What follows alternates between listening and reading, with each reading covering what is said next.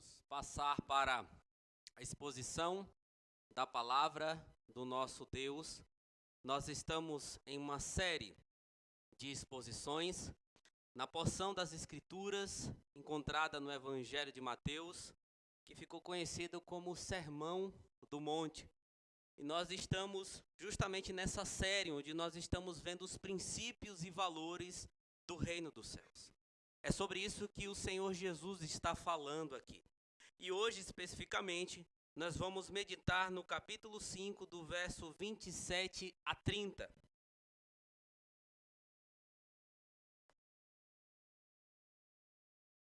Mateus, capítulo 5, dos versos 27 a 30. Acompanhe atentamente a leitura da palavra do Senhor. Esteja com a tua Bíblia aberta, faça anotações, as crianças desenhem o que vocês estão entendendo. Diz assim a palavra do Senhor: Vocês ouviram o que foi dito: não cometa adultério. Eu, porém, lhes digo: todo o que olhar para uma mulher com intenção impura, já cometeu adultério com ela no seu coração. Se o seu olho direito leva você a tropeçar, arranque-o e jogue-o fora, pois é preferível você perder uma parte do seu corpo do que ter o corpo inteiro lançado no inferno. E se a sua mão direita leva você a tropeçar, corte-a e jogue-a fora, pois é preferível você perder uma parte do seu corpo do que o corpo inteiro ir para o inferno. Vamos orar mais uma vez, clamando a misericórdia do Senhor, para que possamos entender a palavra a qual ouviremos nesta noite.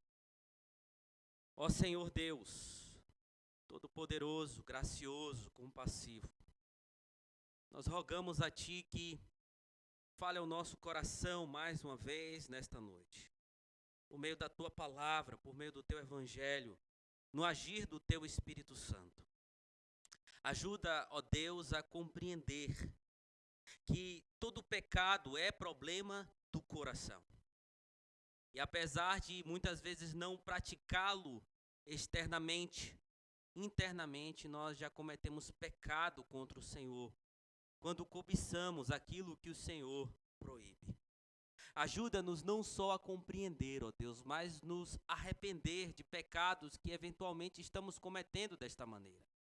E que possamos, ó Deus, através da Tua palavra também, buscar a santidade em Ti. Buscar viver de maneira que agrada principalmente ao Senhor. Porque aquilo que muitas vezes é oculto aos olhos dos homens, não é oculto aos olhos do Senhor. Porque o Senhor sonda os corações e vê todas as coisas. Ajuda-nos para que esta igreja, ó Deus, seja uma igreja de fato pura, onde o Teu povo, no dia a dia, vive em santidade, glorificando o Teu santo nome. Que não sejamos, ó Deus, como boa parte dos que estão aí, dizendo que servem ao Senhor, que amam o Senhor, mas na verdade vivem totalmente contrário à Tua vontade. E que não seja isso para motivo de vanglória, ó Deus, porque também não vem do Senhor.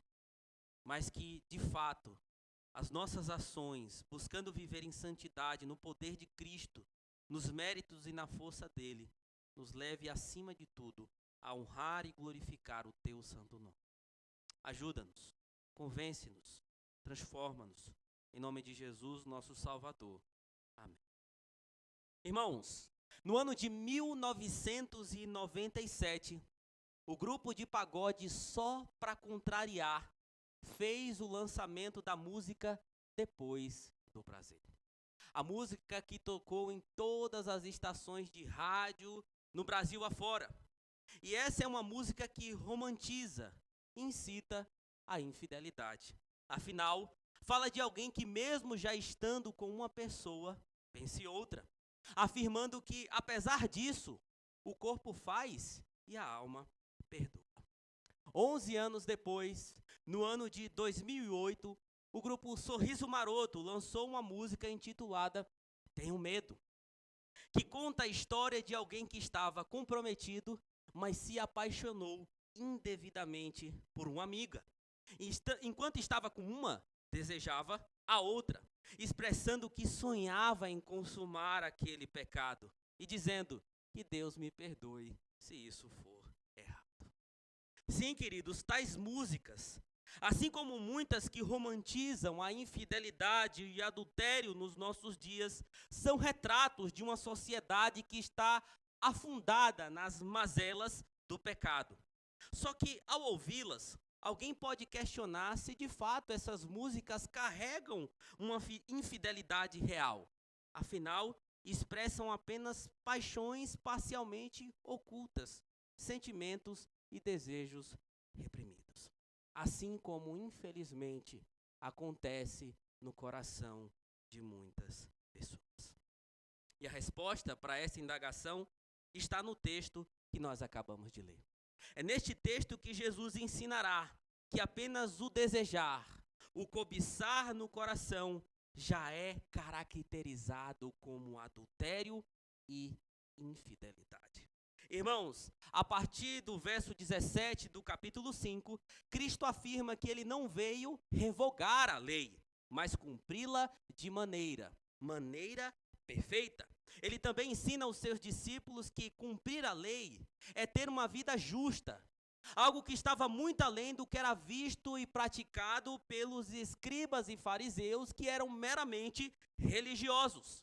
A partir disso, Jesus vai mostrar o que isso realmente significa, aprofundando os princípios fundamentais dos mandamentos da lei.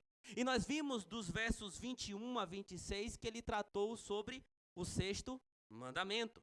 Agora, ele tratará de aspectos amplos do sétimo mandamento, que se encontra em Êxodo 20:14, que diz: não adulterarás. Além disso, Jesus também mostrará qual é a solução, meus irmãos, para se livrar desse pecado que assola a vida e o coração de muitas pessoas. Sendo assim, diante das palavras de Cristo e dos propósitos que temos nesta mensagem, vamos meditar no seguinte tema: o problema do adultério. O problema do adultério. E dos versos 27 a 28, Jesus vai falar sobre a abrangência desse pecado, do pecado do adultério proibido na lei. Ele começa: ouviste o que foi dito. Ele se refere-se a como os mestres da época ensinavam acerca da lei desse mandamento. Provavelmente os ouvintes de Jesus naquele momento dificilmente estudavam a lei de Moisés por conta própria. Eles eram dependentes dos ensinamentos dos escribas e fariseus. Jesus então fala: eu, porém, vos digo, e segue: todo o que olhar para uma mulher com intenção impura já cometeu adultério com ela em seu coração. E mais do que falar acerca de um mandamento da lei, Jesus vai tratar um grande problema da época. Quando Jesus apresenta essa antitese, que é a segunda de 6 que ele vai trazer aqui no Sermão do Monte, ele não está intencionado a abolir a verdade do sétimo mandamento, em detrimento de um novo. Mas ele vai tratar da profundidade do mandamento, da abrangência do mandamento. Justamente por causa da forma em que os mestres da lei ensinavam e entendiam o adultério, que era de forma parcial, de forma equivocada. Para a sociedade judaica da época, queridos, a quebra do mandamento referia-se apenas à prática da infidelidade sexual. Inclusive, mesmo sendo judeus, eles davam um jeitinho brasileiro, para que quem não quisesse ser apanhado em adultério, era só dar a carta de divórcio ao cônjuge, sem motivos lícitos, justificáveis para isso. Se você não gostasse mais da sua mulher, se ela fizesse a comida de maneira ruim, o que fosse, você podia dar carta de divórcio. Se tivesse interessado em outra pessoa, dava carta de divórcio. Problema que Jesus vai tratar também dos versos 31 a 32, conforme veremos na semana que vem. E Jesus vai mostrar que a quebra do mandamento vai além da prática externa do adultério. Porque se alguém olha para uma mulher com intenção impura E conforme mostra o texto grego, com uma cobiça ardente, algo que vem da concupiscência do coração, já está cometendo adultério. Jesus vai até a profundeza do ser, até a profundeza do pântano da alma, aquilo que está oculto aos olhos dos homens. Ele segue as pegadas do pecado do adultério até o seu covil. E ressalta que a raiz dessa imoralidade é achada no coração. E vejam, Jesus não está se referindo apenas a um simples olhar para alguém. Por exemplo, você sempre vai se deparar com pessoas no seu dia a dia. Seja no seu trabalho, seja andando na rua, você sempre vai ver mulheres, mulheres também sempre vão ver homens, muitas vezes pessoas que até chamam a atenção por causa da beleza ou qualquer outra coisa. Por exemplo, quando você está no teu trabalho, você lidar com pessoas o dia todo. Se você vai para a academia, por exemplo, aqui, não sei em outros lugares, mas aqui em Cosmópolis, onde as pessoas andam praticamente seminuas, se você olha para um lado, você vê a mesma coisa, se você olha para o outro, você vê a mesma coisa, e não dá para malhar com a venda nos olhos. Você sempre vai ver pessoas que de uma maneira ou outra vai chamar a sua atenção.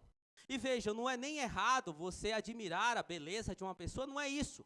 Mas Jesus está falando aqui, queridos, de algo que acontece no coração em detrimento daquilo que nos atrai. É os olhos que consomem no intuito de pecar, de desejar de maneira errada, ardentemente, transgredindo a vontade de Deus. E é a cobiça que fomenta e dá luz ao pecado, conforme está em Tiago, capítulo 1, verso de número 15. Aquilo que é externalizado começa primeiro dentro do nosso coração. E o homem, por mais que ele ache isso, jamais irá esconder ou sucumbir às mazelas do coração. Por quê? Porque sempre serão externalizadas.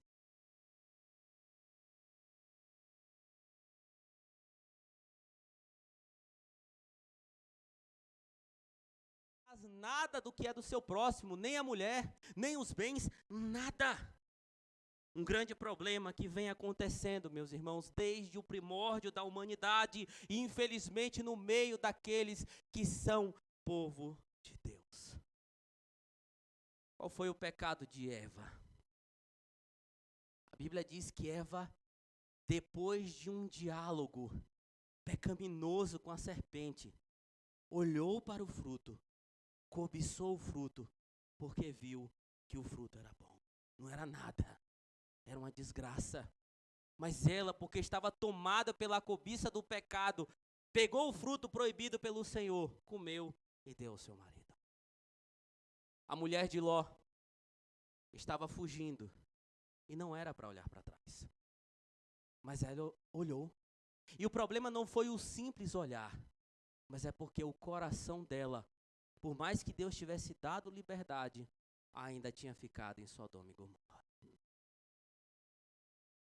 Davi, o rei que deveria estar na guerra, foi a certa parte do seu palácio, olhou e viu Batseba se banhando. Ele poderia ter visto, falado tá repreendido, né, como os crentes dizem hoje, virado as costas e saído. Mas não, ele olhou e cobiçou ardentemente. E as consequências, vocês já sabem, foram catastróficas. Mas, a cobiçar alguém, esses homens caíram. E as consequências foram não só para eles, mas também para outros à sua volta. As Escrituras também nos dizem, queridos, que cobiçar alguém de maneira indevida já alertava os homens de Deus, sem mesmo que existissem as leis dos 10 mandamentos. Por exemplo, José não aceitou deitar com a mulher de Potifar, lá em Gênesis 39, porque ele entendeu que aquilo seria um pecado contra o Senhor. Então ele fugiu. Jó diz que fez aliança com os seus olhos, para que não fixasse nas donzelas, não desejasse, não desnudasse na sua mente as donzelas.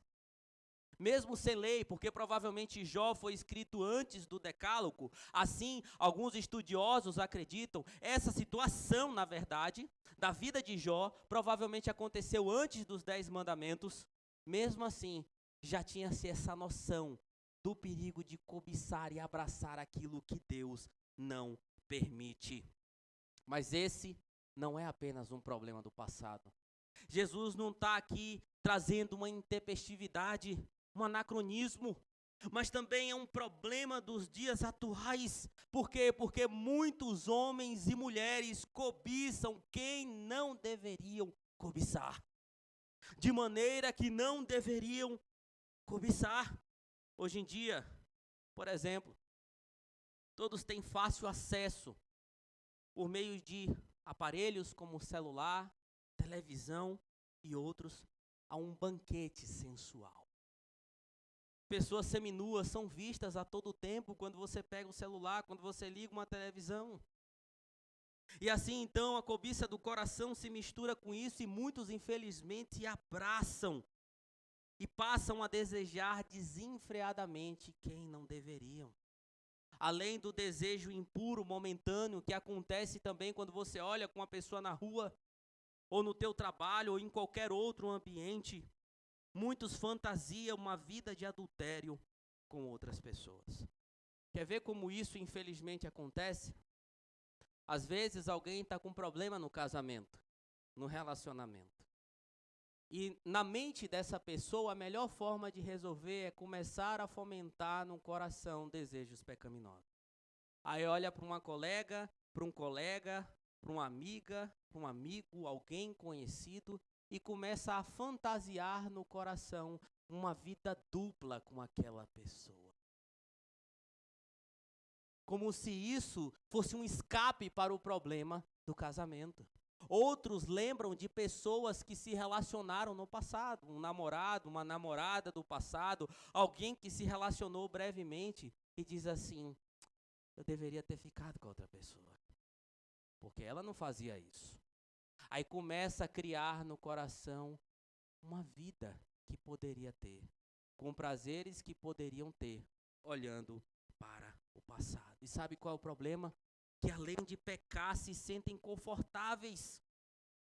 Porque o receio das pessoas está apenas no adultério público, nas consequências sociais. Olha lá, fulano daquela igreja adulterou. Meu Deus do céu. Ou fulano adulterou. Aí aquela vergonha no meio das pessoas ficam sabendo, se bem que hoje não é tanto uma vergonha assim, né? Falta vergonha. Mas para quem tem um mínimo de caráter, sabe a vergonha que vem através disso. Mas, queridos, alguém pode indagar que o desejo e a prática não são idênticas, não envolve o elemento tátil, não envolve corpo.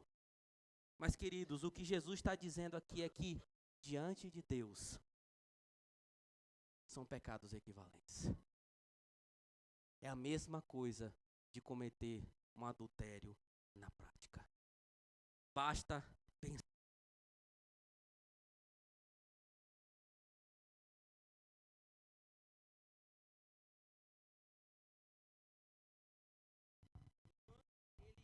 Quanto ele está enraizado, meus irmãos, o quanto ele está enraizado no coração. Adulterar com alguém no coração é querer quem não te pertence, quem você não pode e nem deve ter. Não é, não deve, não pode ser Deus.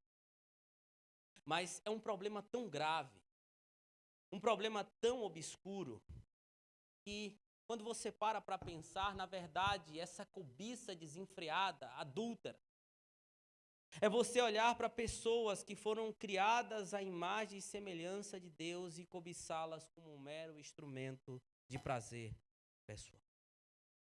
Um mero objeto de satisfação pessoal. Isso é algo horrendo. Isso é algo baixo. Isso é algo imoral. Imagina nós que somos crentes, que devemos viver no mesmo espírito, glorificando ao Senhor, e ter um irmão que olha de maneira cobiçosa para uma irmã, e vice-versa. Isso é terrível. Mas saiba, esse é o problema do pecado. Este é o problema do adultério. É o coração que cobiça e é os olhos que suga o desejo, olhando para quem não deveria, para satisfazer as mazelas do coração. Jesus então aprofunda o mandamento. Mas ele está falando aqui para pessoas, as quais, em sua maioria, ele escolheu para que fossem cidadãos do reino dos céus. Homens e mulheres que vivessem para a glória de Deus.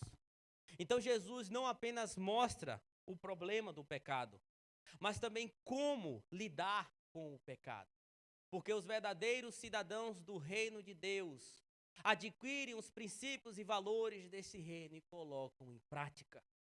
E adquirir esses princípios e valores se resume também em estar abandonando as práticas pecaminosas que existem no nosso coração. Jesus, ele agora se dirige de maneira mais pessoal aos seus ouvintes, na segunda pessoa. Ele vai falar, a partir do verso de número 29, as seguintes palavras: se o seu olho direito leva você a tropeçar, arranque-o e jogue fora, pois é preferível você perder uma parte do seu corpo do que ter todo o corpo inteiro lançado no inferno. E se a sua mão direita leva você a tropeçar, corte-a e jogue-a fora, pois é preferível você perder uma parte do seu corpo do que o corpo inteiro ir para o inferno. Palavras duras do nosso Senhor Jesus Cristo. Mas como disse um teólogo que eu gosto muito, Rice Sproul, um problema radical exige uma solução radical. E Jesus está falando, se esses seus olhos te fazem tropeçar, a ideia aqui, na língua grega, refere-se a um mecanismo de isca e um gatilho de armadilha para animais. Jesus está falando assim, se os teus olhos estão te capturando, estão prendendo você, tomar a sua vida de maneira errada, arranca e lança fora de ti. Nós temos aqui dois imperativos fortes do Senhor. Arranca e lança de ti. É o mesmo que Jesus fala em Marcos 9 e também em Mateus 18, com a ideia de trazer as pessoas a livrarem-se de algo que faz ou pode fazer mal a elas. É criar uma separação definitiva de algo que os capturou. E pode levá-los a consequências catastróficas. A mesma coisa Jesus Cristo fala da mão direita. Corta. E por que mão direita?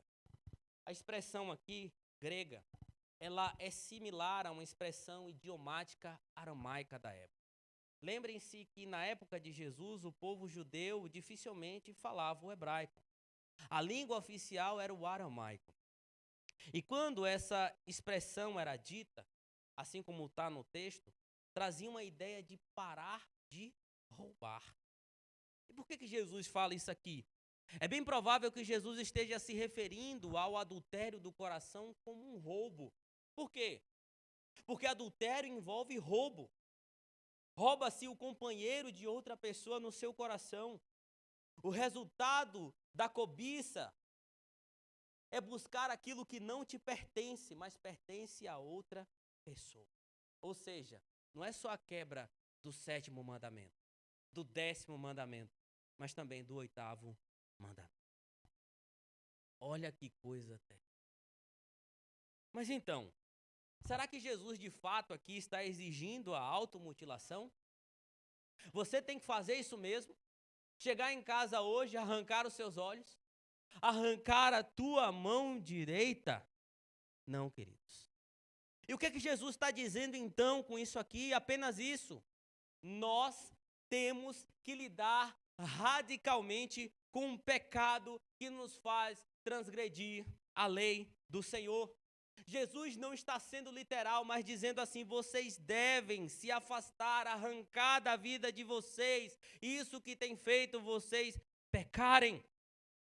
Jesus não está exigindo nenhum ascetismo aqui, abstenção de todas as formas de prazeres, porque o prazer é bom quando ele é lícito. mas fala de se livrar, de se separar, de se desarraigar do pecado para sobreviver. Por exemplo, a medicina, em muitos casos, vê a amputação de órgãos como necessário para a sobrevivência do paciente. Pode ser que alguém entre nós aqui já tenha feito uma cirurgia de retirada de alguma coisa, uma vesícula, ou algum outro órgão, um rim, alguma coisa. Mas talvez também você tenha contato com pessoas que já passaram por cirurgias onde teve que tirar partes do corpo para não infectar o corpo todo com a doença, para não prejudicar, para não trazer a morte. E em última instância, é mais ou menos isso que Jesus está falando. É arrancar aquilo, é fazer morrer o que está te matando por dentro. E aí, entendemos mais as palavras do apóstolo Paulo em Colossenses 3:5, texto que nós lemos aqui na liturgia. Façam morrer tudo que pertence à natureza terrena de vocês: imoralidade sexual, impureza, paixões, maus desejos, que tem a ver com a cobiça ardente, é o mesmo termo utilizado por Jesus aqui, avareza, que é idolatria. Por causa dessas coisas é que vem a ira de Deus sobre os filhos da desobediência. Jesus está falando arranque do coração, porque do coração procedem os maus desígnios, inclusive prostituição e adultério. Mas bem-aventurados são os puros de coração. Os servos de Deus, os cidadãos do reino dos céus, devem ser puros de coração. E meus irmãos, ainda que Jesus não esteja falando aqui de fato de uma mutilação física, mas dos impulsos de coração, não devemos presumir que essa intenção figurativa torne as coisas menos penosas.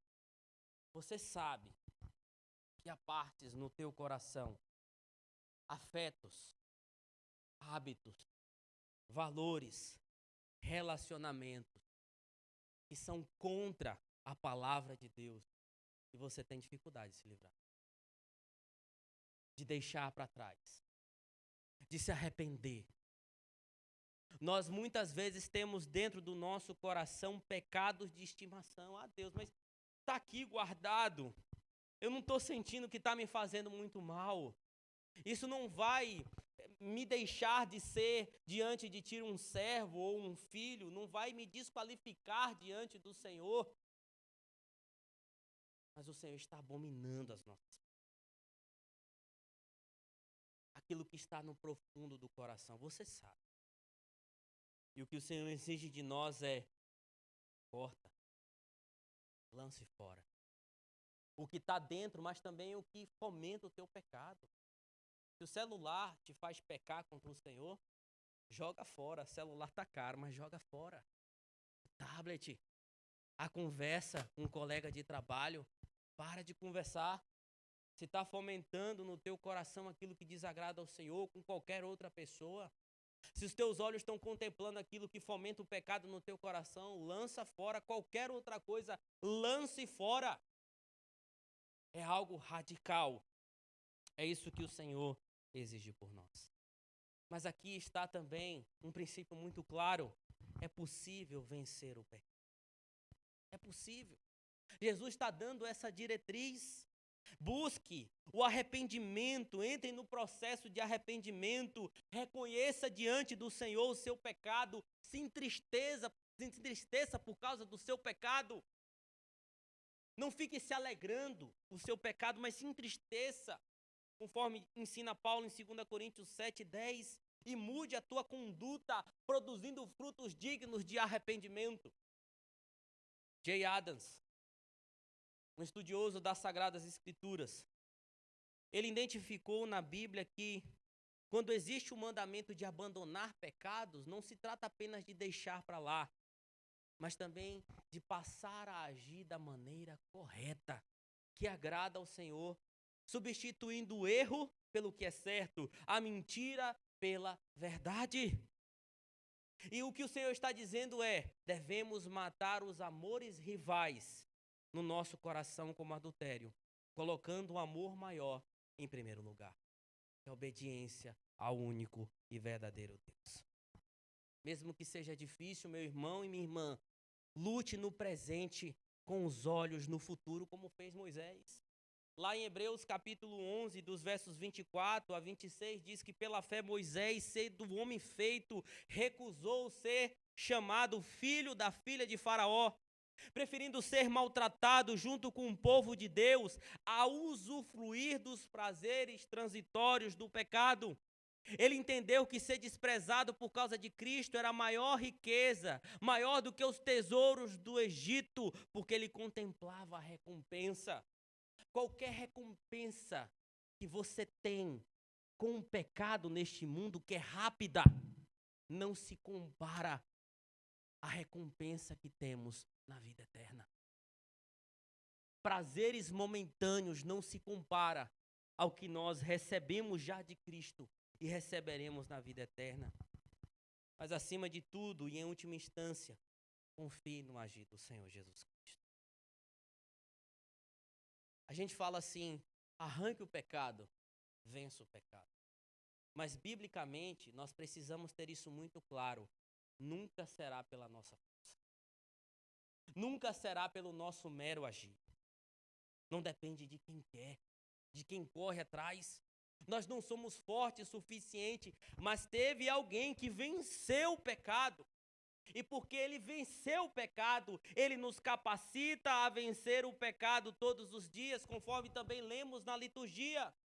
Pois naquilo que ele mesmo sofreu quando foi tentado, ele é poderoso para socorrer os que estão sendo tentados. Jesus Cristo, nosso Salvador, teve sim o seu corpo mutilado para que nós entrássemos de maneira sã na vida eterna. Ele sim teve o seu corpo literalmente mutilado. E é melhor do que todo o corpo. É melhor lançar tudo que nos faz pecar no poder de Cristo fora, do que todo o nosso corpo ser lançado no inferno. Naquele tempo, a prática do adultério era passível de morte física, apedrejamento. Agora, Jesus fala que a prática do adultério, corriqueira, recorrente, sem arrependimento, é passível da morte eterna. Jesus usa um termo aqui, quando ele diz, é preferível você ter apenas uma parte do seu corpo do que todo o seu corpo ir para o inferno. Ele usa um termo aqui que é Queena, que é literalmente uma expressão que aludia ao Vale de Rinom. O Vale de Rinom, ele ficava nas extremidades das regiões baixas de Jerusalém. Ali era jogado lixo. Os animais mortos da cidade eram queimados em grande fogueira. E Jesus usa isso aqui como um símbolo adequado para todos os homens, mulheres, perversos, pecadores, impenitentes e não regenerados. Para dizer assim, quem não se arrepende vai sofrer com a morte eterna. As igrejas de hoje não falam mais inferno, mas quem mais falou sobre inferno foi Jesus. As igrejas de hoje deixam de fora o elemento da condenação, mas passarão céus e terras e a palavra do Senhor não. Aqueles que não se arrependem dos seus pecados vão para o inferno. E o adultério é passível da condenação eterna. Meus irmãos, ao contrário do que disse Alexandre Pires, quando o corpo trai, a alma não perdoa não. Ela não tem poder para isso. Mas sabe quem não perdoa quando não há arrependimento? É o Senhor. O pessoal lá do Sorriso Maroto disse assim, que Deus me perdoe se isso for errado. Se não, isso é errado.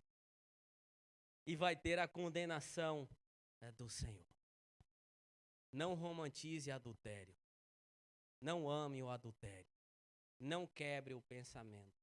Não fique só preocupado no que vai acontecer de maneira externa, porque o interno o Senhor já vê e é passível de condenação. Mas é assim, buscando força em Cristo, nosso Salvador, que nós podemos nos livrar e nos arrepender do nosso pecado. Deixe de fora não apenas o adultério, mas tudo que te faz pecar encontro, Senhor. Nós devemos sempre, irmãos, clamar que o Senhor nos renove, transforme o nosso coração, mude o nosso ser, para que nós possamos viver de acordo com a vontade dEle. É dEle que nós necessitamos todo o tempo. E é isso que nós vamos cantar neste momento. Convido os irmãos a colocarem-se de pé.